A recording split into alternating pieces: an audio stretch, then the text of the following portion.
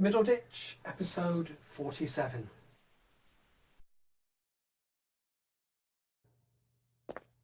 I don't understand what all the fuss is about, Guff. She didn't deliver her weekly vegetable peelings, Joe. So? That's what alerted Drake. It's very unusual of Susan. She always delivers. Ah. Apparently she's very upset. You must remain calm at all times. What do you mean, remain calm? I'm always calm. Right. I'm just not one of those blokes who go banging about for no reason at all, you know? Right. Mind you, in our line of work, we have to get a bit aggressive, don't Well, we? But we're always aggressive in a calm manner. Take that case I solved while on holiday in Portugal. You solved a case? Yeah, well, I helped. Remember that art heist? What made the papers? You mean the theft of the great Ruella masterpiece, Mohawks and Comb-overs? You call that a masterpiece? Yeah, there's one picture in his gallery of a bloke. His face is nothing but triangles. He's even got triangles sticking out of his head, he does. Looks green about the gills, if you ask me. I'm afraid you don't understand, because you're a modern man living in a postmodern world. I've read up on this, Joe. See this. Postmodern?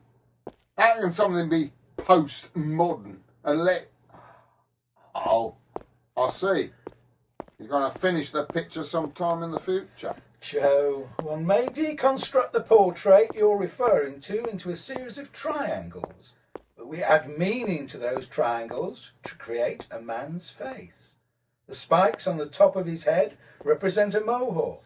In fact, that image served as a precursor to Mohawks and Comb-overs. You what? Add a Dali-esque suggestion of whimsy and you transform the whole meaning by combing the mohawk over the skull of a rotting corpse, thus creating potent polemical commentary on mass mediation that upholds the finest tradition of semiotic trans-existentialism. Semi-idiotic trans-exit sensationalism. Is that really a term, Gov? It really is. Well, here we are. Susan! Go away, Drake! Let me in. Leave me alone! What seems to be the trouble, Drake? I don't know, Jim, but something's wrong. She's locked herself in. I see. What's he doing here? I'll have you know I'm here on official police business. Joe? To be perfectly frank. Who's that? Jim and Joe, Susan. Go away, all of you! Why were you wearing those slippers? What slippers? You know, Sir John's whereabouts. That's why you had that swine attack me. Brutus was defending the farm. Gov, I'm going to get a court order to have this farm closed. What? Leave it, Joe. He's keeping wild and dangerous animals. They're pigs. Will the three of you just go? I'm afraid we can't go until we're certain you're all right. I'll never be all right again. Nothing you can do will ever change that. Now will you please just leave me alone? I'm kicking the door in. We'll never solve the case this way. What do you know about solving cases? I'll have you know I solved that art heist in Portugal. You mean the theft of the great Ruella's masterpiece, Mohawks and Comb-overs? That's the one. A fine bit of semi-idiotic trans-exit sensationalism. Agony.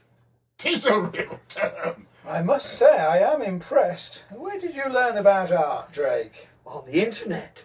The great Ruella's got his own page. You know, neoartes.blogspot.com. Click on that and you see all sorts of postmodern. Stone me, she's throwing things now. That was a flower pot. How do you know? My ex. Clever girl. Could you elaborate on that? To be your ex. Why can't you men ever take no for an answer?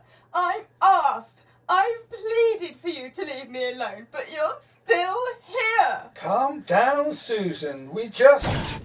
And that was a vase. You stink. Susan, that's not very civil. She needs roughing up a bit, Gov. She does not, Joe. That's not why we're here. Of course that's why you're here. That's what men do. If somebody tells you no, you rough her up a bit and persist until you get what you want.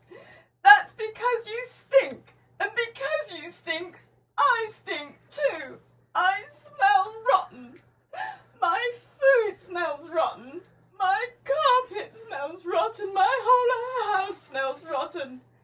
I can't even look in the mirror because my reflection's rotten too. My life is rotten. Susan, no one is going to rough you up. We're concerned. Susan? Gosh, I've had these scars for years, and all that time I didn't know where I had got them. But now I remember. The scars are permanent. They won't go away. Now the memories, horrible memories, I can't make them go away any more than I can make you three go away. My life is over. It's been over for years. I just didn't know it. What's she talking about? Oh my God. What is it, Susan? I should have realised then. She's talking gobbledygook, Jim. I told you she needed roughing up a bit, Gov. Excuse me, my mobile is vibrating. Grandad. Hello? Grandad tried to say something that day in the hospital. I should have listened. Yeah, what did he say? She said, tried, you nincompoop. Right, I'm arresting you for obstructing the investigation. Joe!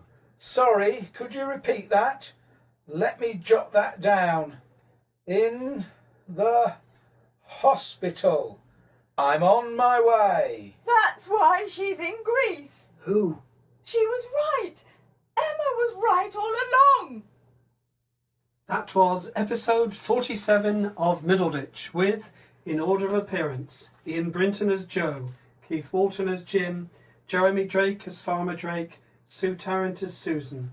Written by Exdale, directed by Sue Tarrant, editing and sound effects by David Caddy.